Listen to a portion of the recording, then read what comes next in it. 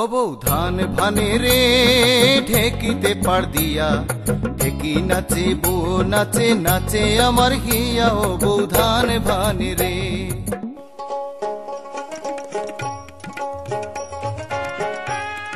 রহিম ভাই,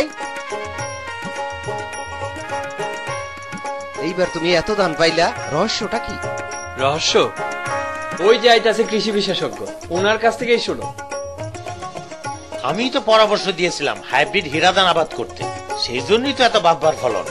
অন্য জাতের কে হীরা হাইব্রিড ধানের পার্থক্য কি? হাইব্রিড হীরা ধান বীজে প্রতি শতকে 1 মণের বেশি ধান হয়। ধান গাছ খুব শক্ত, ধান ঝরে পড়ে না, শীষে চিটাও খুব কম হয়। 40 কেজি ধানে 29 কেজি চাল হয়। আর একটা কথা, দেশে মানুষ বাড়ছে বছর বছর, জমি বাড়ছে না, তাই অল্প জমিতে বেশি ফলন পেতে হলে হীরা ধানের আবাদ করুন। হাইব্রিড হীরা ধানের বীজতলা করার এখনই সময়।